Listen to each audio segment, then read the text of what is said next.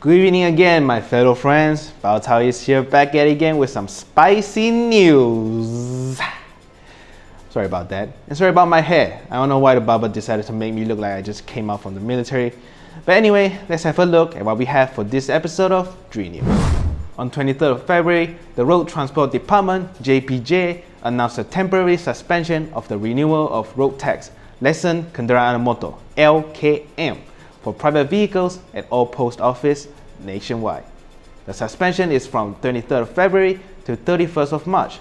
However, all other vehicle-related services at post office, such as driving license renewal and vehicle insurance renewal, are unaffected and will still be available. Only road tax renewal services have been suspended, but this is still okay for motorists, as the Transport Ministry has allowed licensed drivers to operate vehicles with expired road tax in NCO 2.0. Drivers are advised to retain a copy of their vehicle's insurance certificate, e-cover known as proof, for verification if it's ever requested by authorities. On 22nd of February, a footage was released from a dash cam that showed quite a terrific car accident that happened in Puchong, Selangor.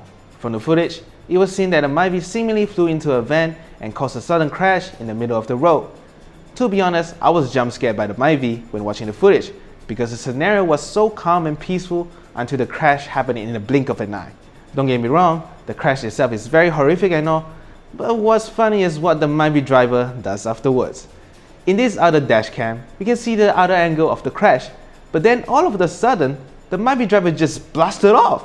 He just started running away. Then you can see that some cars decided to follow him along, but he just keeps on running away. Some netizens said he caused a huge car accident and then just decided to go for a jog. Like what? And then he was seen again, finding the people who was chasing him like what the hell is happening? Am I watching a GTA gameplay? But then at the end, he still got caught by the people and look at him. He's just so tired. Bruh. I'm sorry for laughing at this. It's just quite funny to me.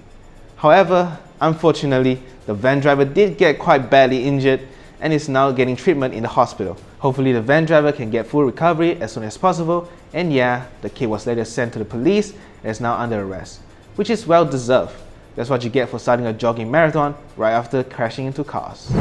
Next up, there's quite a funny and interesting incident that happened on 13th of February. It's not an accident or anything, it's actually a bidding war for car plates that represents everyone's favorite fried chicken restaurant, KFC. Let me explain. Jabatan Pengangkutan Jalan JPJ from the state of Kedah opened up a e-bidding event for the KFC series of number plates. If you don't know, Kedah is the only state in Malaysia that starts its number plate with the letter K. So it is understandable that people will be eager to want this limited fried chicken restaurant name on their number plate. But what's not understandable is the amount of money they pour into trying to get the number plate. From all the disclosed number plates, the lowest winning bid was 45,009 ringgit on KFC 3, while the highest winning bid was freaking 2 million ringgit on just KFC, which is holy moly, that's an expensive KFC meal. Like seriously, imagine a person who bought it told his wife he was buying KFC back home, and then he came back with a KFC that's almost the price of a bungalow and you can't even eat it. Like bruh.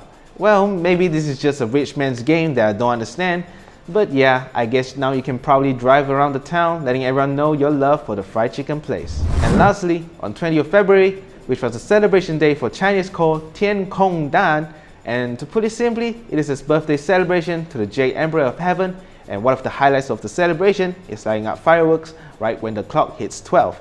Anyway, a family was trying to light fireworks during that night. Strangely though, the firework did not light up, but instead, it blew up. The explosion didn't only just cause damage to the family house, it caused damage to houses all around them. The neighbor's car window is shattered, several houses have their windows shattered as well. Overall, not really a good experience for everyone that is involved. We don't have any information to what happens afterwards though, but I'm pretty sure what happens next is just the family paying to their neighbors for the damages they caused.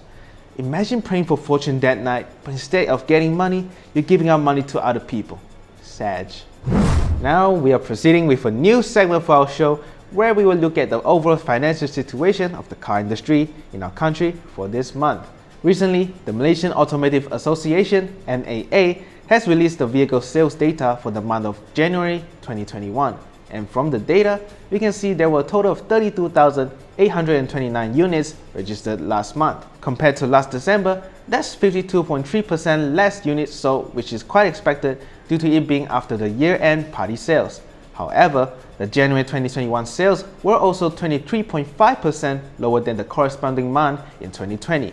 The lower sales volume in January 2021 could be caused by the drop in traffic volume to showrooms due to the enforcement of the movement control order.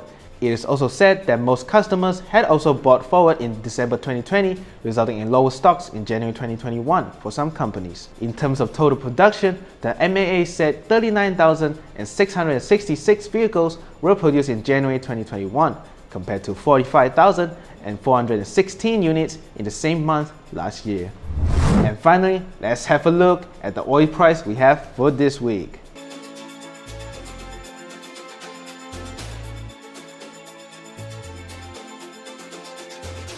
Alright, that's all for today. It's been Bao Tao here, and I'll see you next time.